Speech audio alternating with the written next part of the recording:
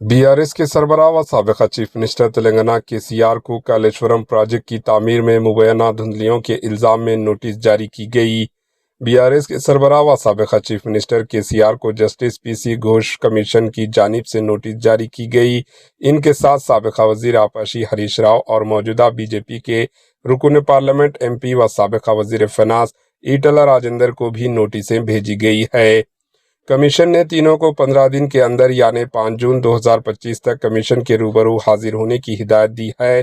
واضح ہے کہ justice PC Ghosh commission Kaleshwaram lift irrigation project کے تحت تعمیر کیے گئے بریجوں میں بے ضابطگیوں کی تحقیقات کر رہے ہیں۔ جب KCR چیف منسٹر تھے اس وقت ہریش راؤ وزیر آبپاشی اور ایٹلہ راجندر وزیر مالیات کے عہدے پر فائز تھے۔